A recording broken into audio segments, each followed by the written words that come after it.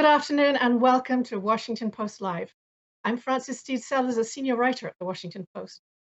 Today, Reporters Without Borders, RSF, released its 2021 World Press Freedom Index. We're delighted to share some of the key findings with you here today on Washington Post Live. I'll hand over to U.S. Executive Director Anna Nelson to tell you more. Thanks, Francis.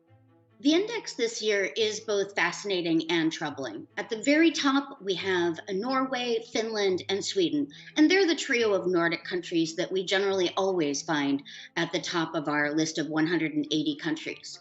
At the very bottom, we have Turkmenistan, we have North Korea, and Eritrea. They are really the worst offenders when it comes to press freedom. And in particular, we saw Malaysia fall by 18 points this year, and that's very disturbing as well. You can see if you look at our global map that you have countries in yellow, for example, like Canada, which are doing well, where people generally have access to information and journalists can generally do their work.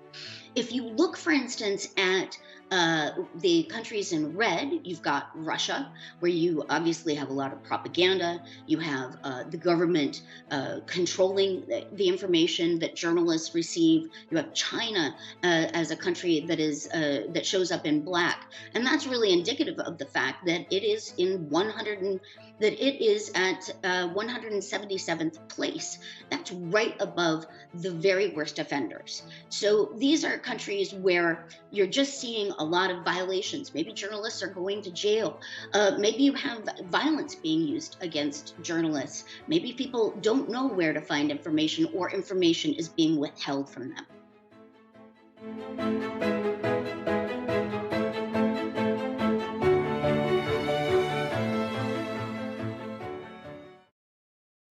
And now it's my great honor to welcome two journalists who can talk extensively about the challenges facing journalists around the world. Maria Ressa, who's joining us from the Philippines, is the co-founder of the Rapper. And Barkha Dutt, who's joining us from India. Thank you both for staying up so late this evening. Founded the digital news outlet, Mojo. A very warm welcome to you both. Thanks for having us. Thank you for having us. So Maria, maybe I can start with you. I'd like to ask you both about the situations in your own countries. I believe the Philippines ranks in the 130s, 132 or 134 in this new index. Could you talk a little bit about some of the challenges you face? And then Barkha, I'd love to come to you afterwards. Sure. So we dropped again, and this is something that really, the drop began in 2016. But I guess it's my experience captures it in less than 2 years. I've had to deal with 10 arrest warrants. So I've posted bail 10 times in order to be free and to keep working. Rappler has 9 criminal cases that it's facing in court. We haven't done anything wrong except be journalists. But aside from us, the major news organizations have all been since 2016, have dealt with either harassment, intimidation, or legal cases. And probably the most egregious is our largest broadcaster, ABS-CBN, May 5th last year, lost its franchise. So essentially it shut down. The last time that happened was in 1972 when Ferdinand Marcos declared martial law, and it stayed shut for 14 years. So we're in this place where there's a veneer of democracy, lip service to democracy, but it is incredibly difficult to work as a journalist. Journalists in Manila and outside have been arrested for flimsy reasons, have been released, but also have been killed. Just before we move on to you, Barkha, Maria, tell me where the charges against you stand now. I'm still fighting them all in court, fighting for my rights, right? Where in June 15th last year, I was actually convicted of cyber libel. It's a Kafkaesque moment for me. I was convicted of a crime that didn't exist when we published the story 8 years earlier. So myself and our former researcher were convicted, but Rappler was not. So that's only one. But essentially, we have a slew of tax evasion cases, cyber libel cases, and securities fraud. In every single one of them, incredible legal acrobatics had to happen to get these cases to court. Wow. So, Barkha, you were confronted with a viral video that called for you and 8 other journalists, I believe, to be hanged. Tell us about that. And India ranks 142, I think, even lower than the Philippines in this rating. Yeah. So talking a little bit about this viral video, basically we had these massive protests by Indian farmers against a new set of laws that became a big international story, and we had, international stars like Rihanna and Greta Thunberg jump in, expressing solidarity with the farmers. Now you can argue about whether that was gratuitous support or symbolic support, or whether they knew what they were talking about. But in India instead, we saw this massive overreaction, and when I say massive overreaction, I don't just mean that of the people, I mean by the state, which decided that a toolkit, which is just shorthand for online activism that had been created and shared with Greta Thunberg, the well-known climate change activist, really a teenager herself, anybody named in that toolkit was potentially anti-national, potentially seditious. Well, I happen to be one of the 8 journalists who was listed by climate change activists for being journalists who were on the ground covering the farmers' protests. And just for that, we had a man come on, call for the 8 of us to be executed. We were called anti-national. We were called all sorts of other abuses. This video was seen 500,000 times before YouTube took it down. We had to get together, the 8 of us, and write to all the other social media platforms for it to be taken down. The video was taken down, but the man who made the threats is still functioning. His accounts are still open. We tagged the police in all of our respective states. No action was taken against him. And 4 functionaries of the ruling BJP party actually amplified this video by sharing it. So that was one thing that I experienced. And then I was listening to Maria, and my digital platform Mojo is just a little over a year old. But we are facing a first criminal case, which could have very well and still could lead to my going to prison if it's actually executed. And this is because we reported the story of a rape of I beg your pardon, a murder of a minor girl. And we were falsely accused by the police of saying that she was raped when she was not. But none of our reportage ever mentioned rape. We only spoke about the murder of this young woman. And when they confronted us, we said, you're accusing us of something that we never did. But by then we had a criminal FIR against us. My lawyers had to work the courts to try and get anticipatory bail for me. And we're still waiting to see what happens on that. And like with Maria, my individual story only captures a larger problem. And the problem in India is this. At one level, we're a very functioning democracy. If you asked us about how we do as an electoral democracy, we do quite well. We have free and fair elections. We do well at the transfer of power. We're a noisy democracy. But if you ask us how we do as an institutional democracy, our roots are not that deep. What happens between elections, including how free the media really is and what backlash the media faces for calling out certain narratives, that's where we need to turn our lens. So India has called itself the world's largest democracy. Is that a name it can still stand up for, given your experience there? Well, I would say I would say that it depends on how you define democracy. So if democracy is the peaceful transition of power where people get to vote and choose their governments, we're very much a democracy. But I think democracy is also what happens between elections. I think democracy is what happens in the everyday compact between a citizen and her state. And I think democracy is about the institutions that hold power to account being allowed to function. And I think on that last point, we are seeing a diminishing of that space. And by the way, while of course it's one party, the BJP, that's in power in the center, I would say in our provinces, in our states, every politician having seen, and in some ways I hold parts of my fraternity responsible, having seen large sections of India's mainstream media quite willing to be co-opted, politicians in India have now realized that large sections of journalists are willing to be quite mild, are willing to be quite tame.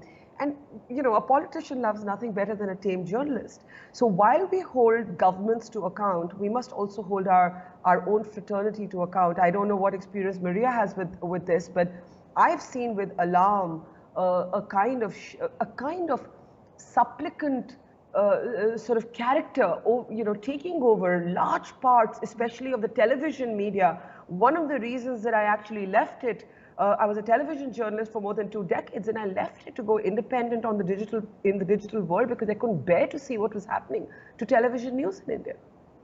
Maria, perhaps you could pick up on that, but also speak specifically about the unique challenges women face in this increasingly difficult world. I mean, look, India and the Philippines in the RSF index are roughly in the same place. India's 142, the Philippines is 138, and I think several things we have in common.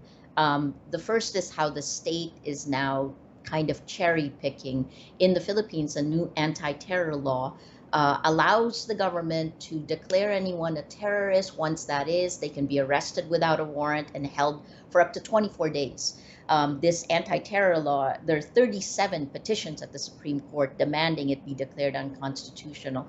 But essentially, it's called red tagging, right? In India, it's you're anti-India, anti-national.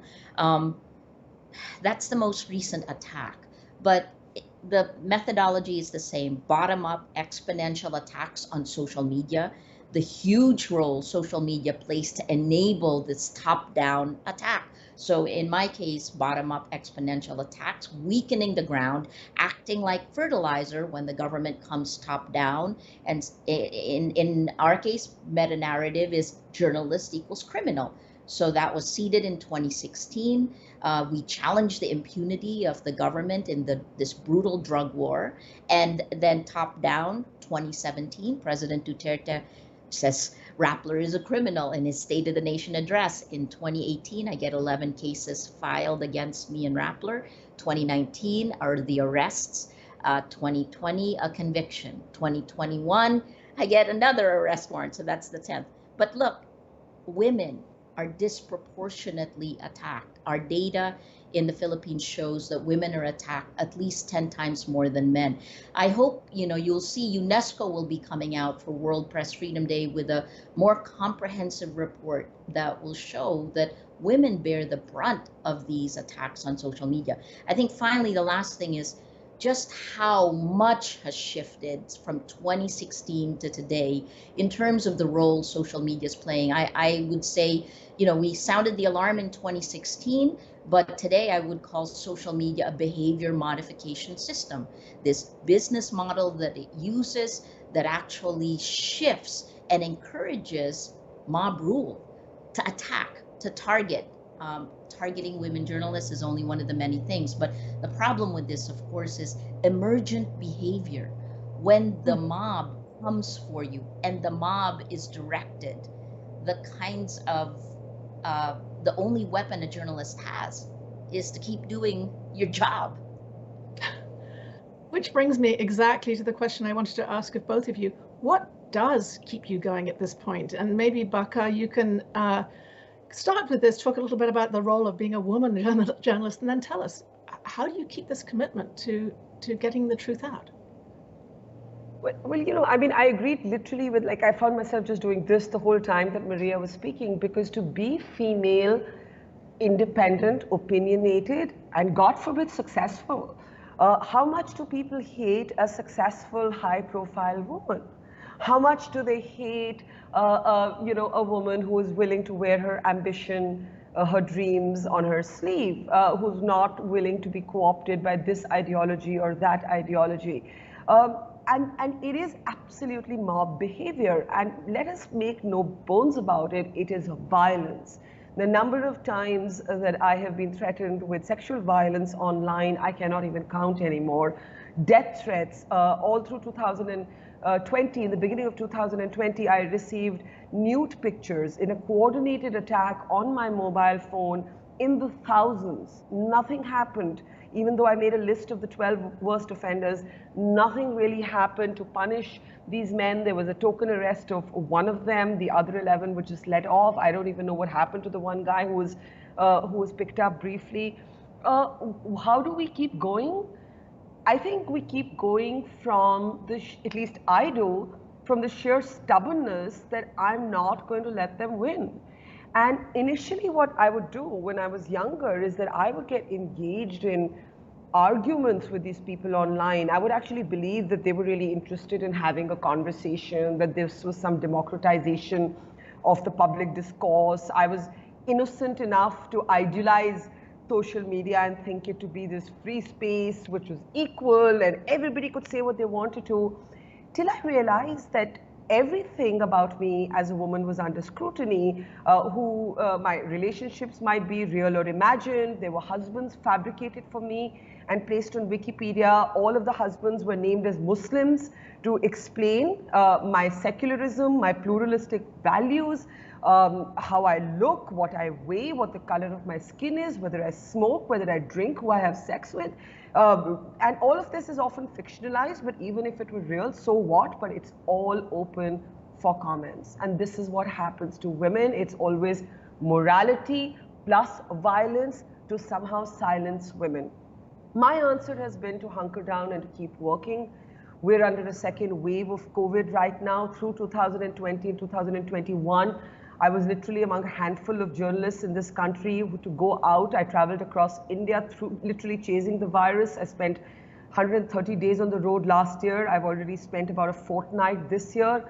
I had to learn the hard way that you answer to nobody but your own conscience. Because the moment you start answering to other people, as a woman, there's no one's going to leave you any space. You know, I remember Hillary Clinton. I was interviewing her on a trip to India, and she quoted Eleanor Roosevelt to say that if you're a woman in the public eye and you're successful and you have a mind, you need to have a skin as thick as the hide of a rhinoceros. Well, I think I finally grew that height. Maria, maybe you can pick up on this notion about the pandemic. How has it affected your ability to do your job? How have government lockdowns affected you? Oh, well, the Philippines has had one of the longest lockdowns in the world, but I would say two things to add to what Barkha said, which is, you know, the problem is that we can describe what the tip of the iceberg looks like, which are the attacks that we live through every day, every minute, every time we pick up a cell phone. But here's the thing, all the research from 2016 to today shows you that lies laced with anger and hate spread faster and further than facts, which are really boring, on social media platforms. And what are the largest, I mean, Facebook is the world's largest distributor of news. So when facts are replaced by lies, or when you do not have facts, you don't have a shared set of facts, a shared set of realities, you can't have truth. Without truth, you can't have trust.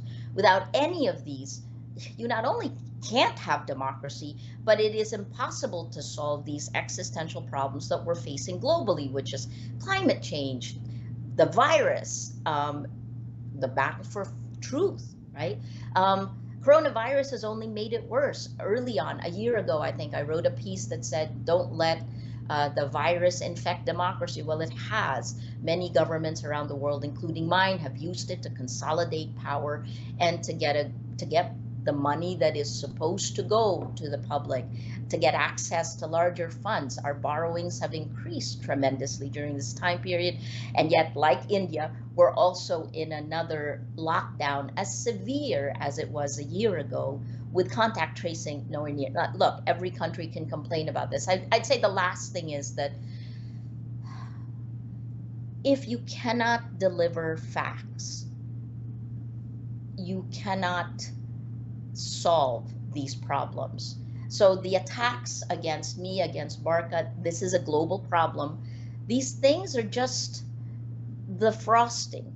You know, we can describe them to you, but it is important and imperative that we act like we did post-World War II, that an atom bomb has been unleashed in our information ecosystem, and we should collectively, globally, do something to bring facts back.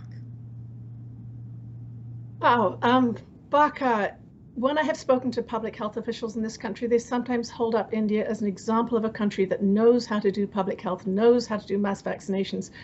But with this troubling level of misinformation, how has vaccine hesitancy been spreading? What are the kind of rumors out there about the coronavirus, and how are people like you trying to tackle them? Yeah, great question, because yes, we actually do have a stellar record on mass immunization programs, polio, smallpox, chickenpox. This is a country that produces 60%. We manufacture 60% of the world's vaccines even before the coronavirus pandemic hit us.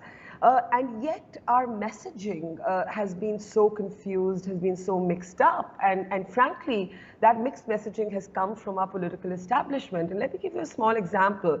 You cannot tell people to mask up and avoid large crowds if in other parts of the country you have massive election rallies and religious congregations that even in the midst of an inferno of a second COVID wave. And I just came to this program straight from a cremation site where there were bodies lined up on pyres for as long as the eye could see, and then some, and then there were others still stacked up at the backs of ambulances waiting their turn to get a funeral. So we're really in the middle of an inferno, and yet we have not stopped election rallies. We have not stopped state, localized elections. We have not stopped religious congregations. Finally, when literally, the numbers started shooting through the roof, we had some of these congregations pulled back and converted into token events, but the elections are still on.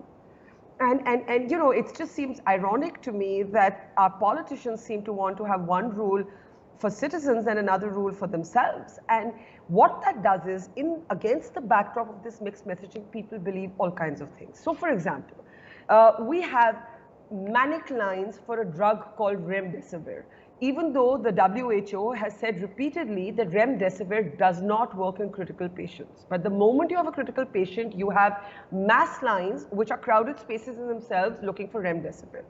We have states that are closing down parks and beaches and keeping restaurants open when it should be the other way around. We have all kinds of gobbledygook alternative therapies being promoted out there on WhatsApp. Literally, we call it the WhatsApp University, where people are being told, if you have this, if you have turmeric, if you combine this with this kind of homeopathy, oh, you'll be immune against the virus. And this is all a lot of BS, right? What do? We keep trying to say the same thing over and over again, but guess what? Maria's absolutely right. Rumor, malice, hatred, fake news, it just travels quicker than facts. And this is the real crisis. There is an information pandemic. There is a COVID-19 pandemic, and then there is a fake news pandemic. And frankly, we're helpless. What can we keep doing but to try and be old-fashioned reporters? I'd love to have time for one last question for the two of you. We have very little time, but are you more concerned or optimistic going ahead? Maria, do you see any reason for optimism? And I am afraid we have to keep it brief, and then Barkha after that. So the virus in the real world, I think, is not as bad as the virus of lies in the information ecosystem, because this virus of lies infects real people. It changes their worldview. It makes them impervious to facts. And you've seen it in the United States. January 6th is the perfect example of the virus of lies and real world action, right? This is a problem globally, and how we deal with it, I think. We look to you. Hopefully, you're there, but what this World Press Freedom Index shows is that the problem is global, and it has only gotten worse year on year. It's gotten more dangerous to be a journalist today. Barkha, your views? Well, very quickly, I'm a bit terrified of what lies ahead, because while it seemed liberating at one point that everybody with a cell phone and a broadband could potentially be a journalist, today you talk about gatekeeping and you're just considered dinosauric, right? So the media has to contemplate what went wrong that people lost trust. Why are we not more believed than the random uncle or aunt or neighbor who sends some completely bizarre thing on WhatsApp. We are both fighting. The brave journalists are fighting under threat, and at the same time, the media isn't being believed and trusted in the way that it once was. And this contradiction makes being a journalist not just dangerous, but also extremely lonely and isolating. And I think it's going to be a psychological battle, not just a physical battle going ahead.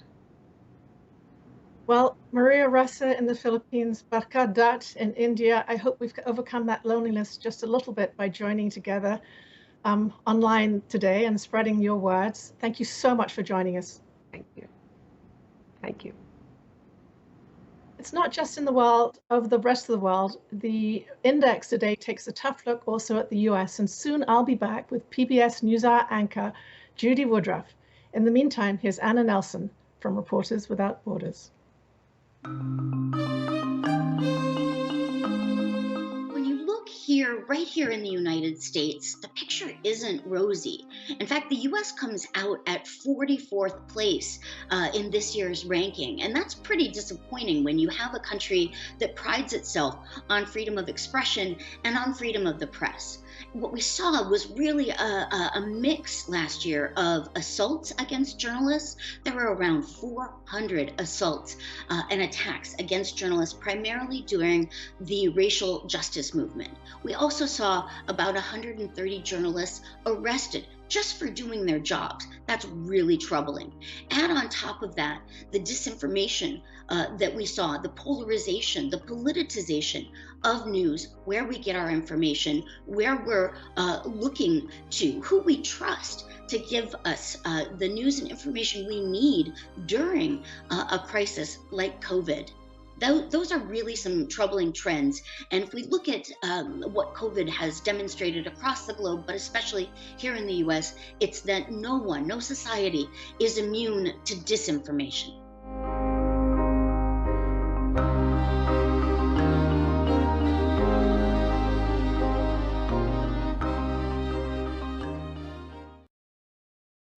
I'm now delighted to welcome PBS NewsHour anchor and managing editor Judy Woodruff. Judy, a very warm welcome to Washington Post Live. Thank you, Frances. I'm so delighted to join you and so honored to just be able to listen to Maria and Barkha. What a wonderful and important conversation with them. Wasn't that inspiring and also worrying? Well, Anna just gave us the number that the US is 44th in this ranking. What's your reaction to that? Disappointing. We are the country with the First Amendment, freedom of the press enshrined in our Constitution. It's something that is in our DNA as Americans, that the press is part of it's part of who we are, what our democracy is, how we operate as a country. And to think that we are that far down the list is disturbing. But Frances, what you've been discussing with Maria and Barkha, the issues that are taking place around the world, some of those things we're seeing here in the US, and you just saw the video. Journalists arrested during the protests after the death of George Floyd, assaulted, and it's happening right up until this weekend. So we have a lot to account for and a lot of hard questions to ask. You've had a long and storied career, and it's such an honor to speak with you, but tell us a little bit about how it's changed, about opinion and journalism, about social media, and the trends you've seen and how you've either gone with them or tried to fight against them. Well, Frances, I laugh sometimes about having gone back to the Garfield administration. It's not true. I don't go quite back that far, but I did come to Washington during the Jimmy Carter administration to cover the White House, and then on to Reagan and other administrations, everyone since then. And what we've seen since I worked in local news in Atlanta is such a transformation technologically from the reign of the big newspapers, 3 broadcast channels, ABC, CBS, and NBC, and that was it. And today, of course, there's cable, countless cable channels, countless news outlets, online, endless websites and more, not to mention social media. We are swimming in a sea of information right now. People are bombarded with facts and frankly disinformation in a way that makes it much, much harder for news consumers to tell the difference between what's real and what's confirmed, which is, after all, what journalism is supposed to be about. We're supposed to confirm information before we report it, and what is simply made up, what somebody just thought happened or decided deliberately to put out there. So the work of journalism, I think, today is harder than it's ever been.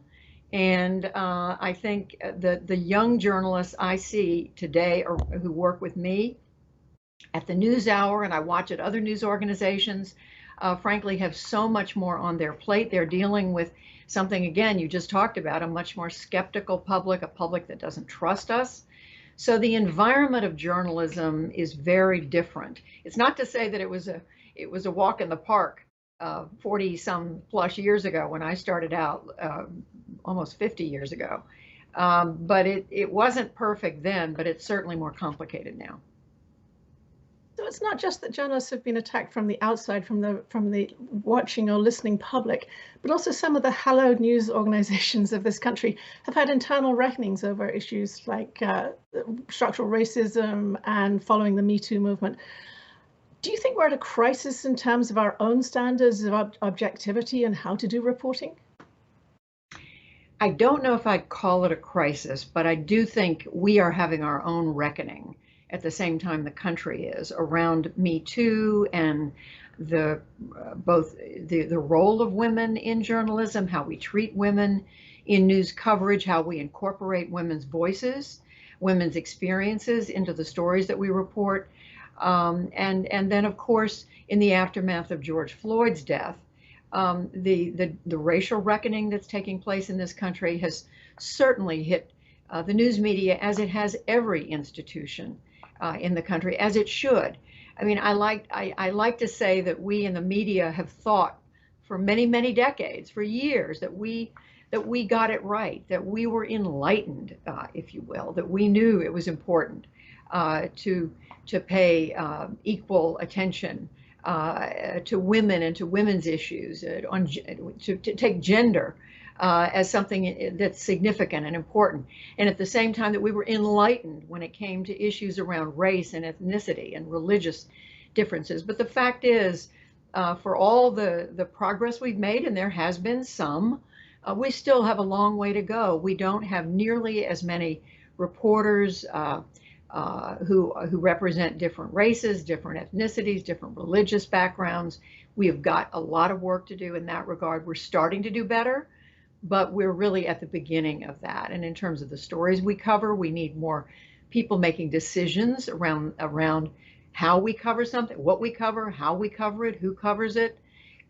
So all of these things are part of the meeting. I should say we have a meeting every morning to talk about what we're going to cover on the PBS NewsHour that evening. And the subjects, the questions, the list grows longer, as it should. We should be holding ourselves accountable.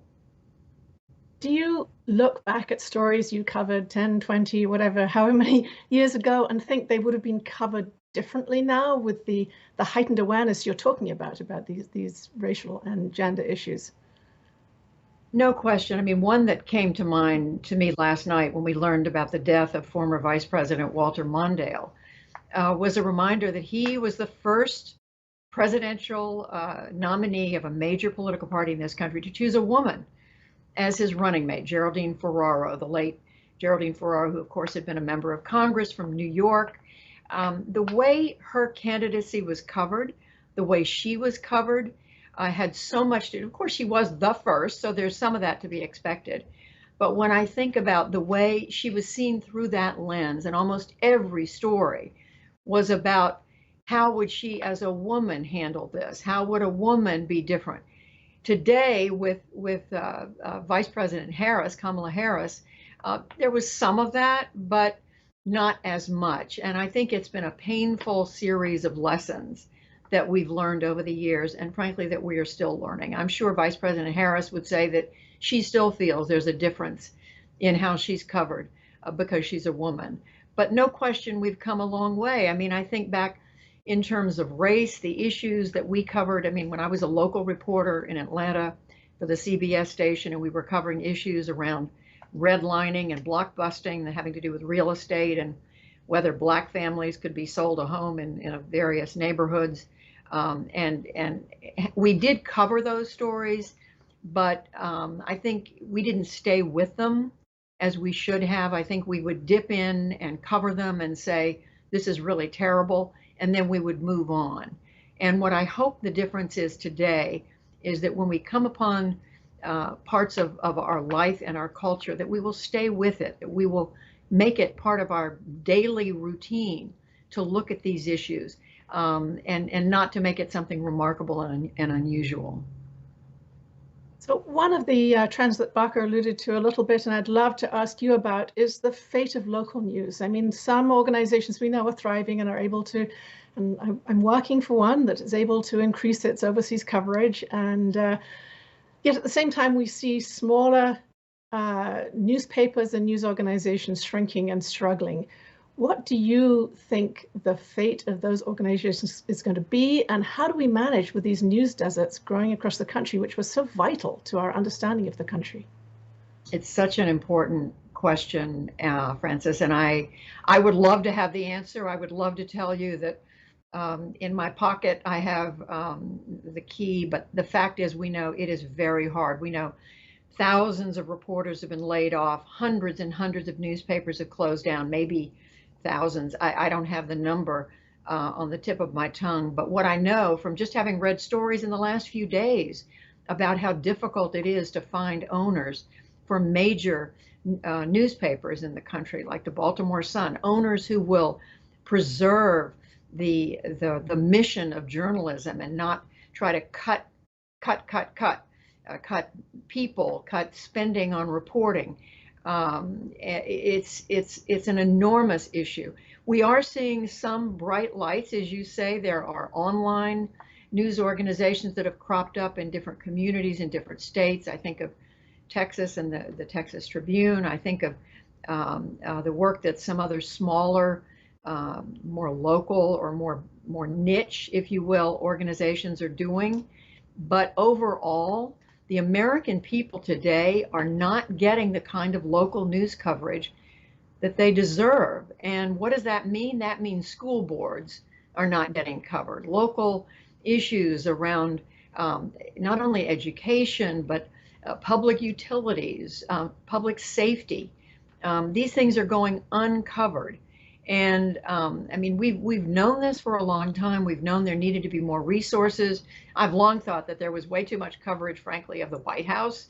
I know when I covered President Carter and then President Reagan, and there would be a mob of reporters there, I kept thinking, surely there are important stories to cover out there. We're all sort of falling all over each other to cover the same thing. And to some extent that still exists, although the pandemic has obviously distanced all of us and there are fewer people physically present.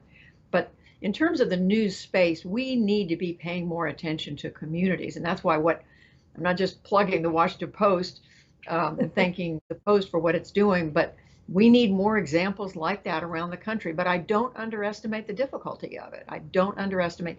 We've seen well-intentioned investors like Warren Buffett, who at one point owned, 40 some newspapers around the country, but he's begun to disinvest because it's just become too expensive for him to continue.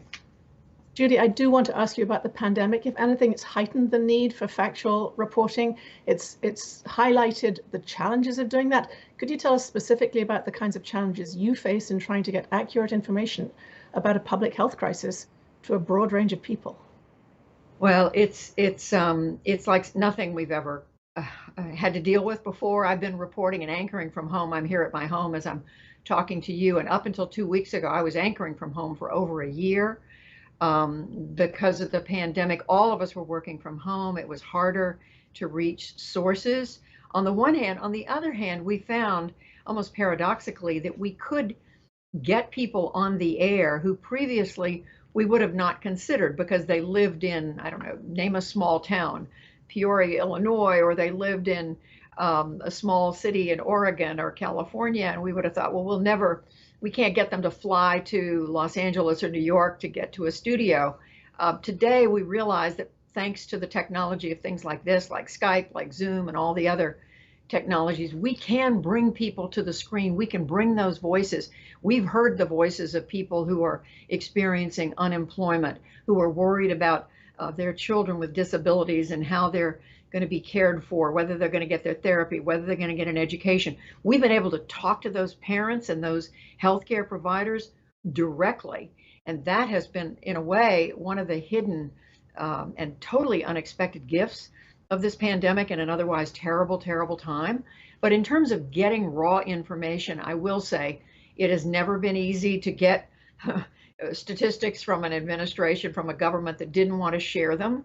And yet dogged reporters like those at the Washington Post and other news organizations have been able to get a lot of it. They're still doing that. I would say broadly, this administration is more cooperative, broadly speaking, but there are exceptions.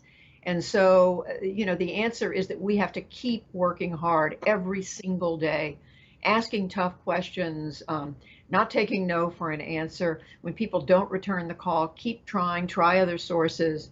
It all matters. We've got to have those facts, or we can't function as a democracy. So the Biden press office has promised greater transparency, but President Biden has also been criticized for was criticized for not holding a press conference in the first 50 days.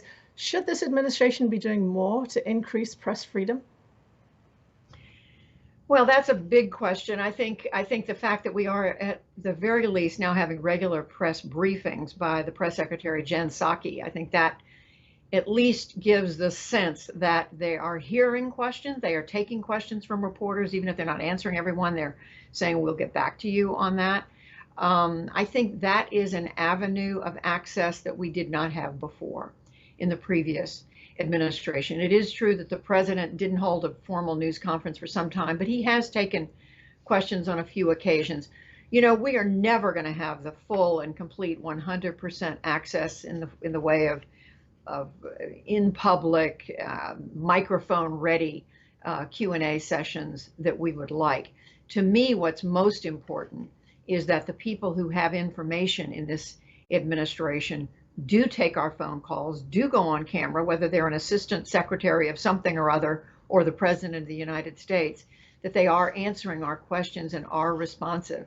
And I would say the same thing is true across the government, not just in the administration, but across the Congress, and in the 50 states, which we know today play an outsized role in how we've dealt with this pandemic. More information, more sunlight is better, and we want it regularly. We don't want it to be a phenomenon when we get it. We want to know that it's just something that's given as a matter of course, that happens as a matter of course. But I have to say, Francis, I don't know if you were going to ask about this. The other piece of that is the trust of the American people. And it's, we heard both Barkha and Maria talk about it. It is a real problem in this country. The largest proportion ever, the American people say they don't trust the media, period. And it's something that we in the media have got to look at honestly and openly and talk about why. Judy, I want to read to you a sentence that Anna has used from Reporters Without Borders and other leaders in that organization. They say that journalism is like a vaccine to inoculate citizens against the viral dissemination of falsehoods and conspiracy theories. So what's the best way to increase trust? I mean, that's it's a big question again to ask you, but how do you go about it? How should we be going about it? I think to ask the questions and to answer them. I mean, today, the distrust, the number of people who say they don't trust the vaccine, they don't trust taking it, and they don't plan to take it. Until we get to that mysterious thing called herd immunity, that's something we have to worry about. I think we in the press play a huge role in just getting information to people from people they trust. And if they don't trust us, then we have to find other voices, other figures, the trusted figures, whether they are people who come out of the faith community or local leaders, education leaders, community leaders, whatever that is. We have to find ways to get that message across. But to me, the way we earn back the confidence of the American people, at the very least, what we have to do is to be as transparent as possible about our work. When we make a mistake, to admit it. to say what the limitations are of our reporting. If we don't have all the information we need, if we're not getting a point of view, if people aren't answering our phone calls, we need to share that with our audience so they know that what information we're getting is from a particular point of view.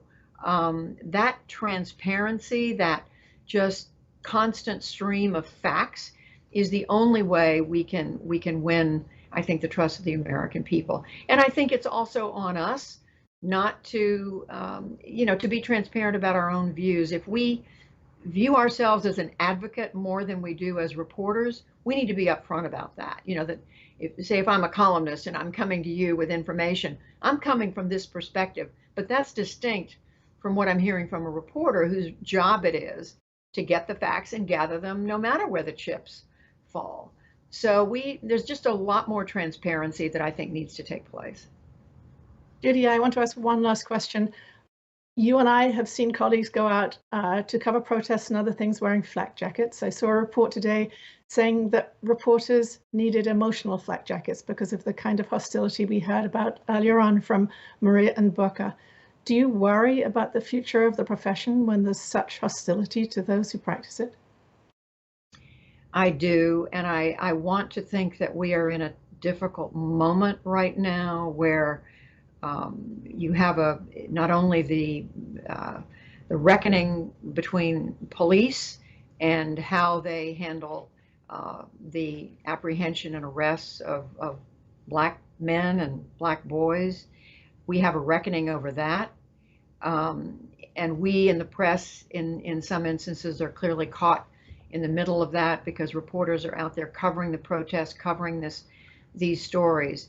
We've got to find a way to make sure that both our leaders in our government, law enforcement, understand the important role of the press. I was actually shocked at the number of instances I've read about of reporters singled out for beatings, for being sprayed.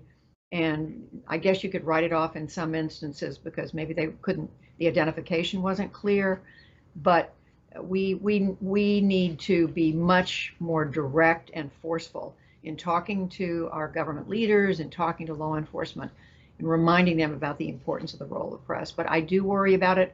I think it goes hand in hand with this disintegration of trust toward the press.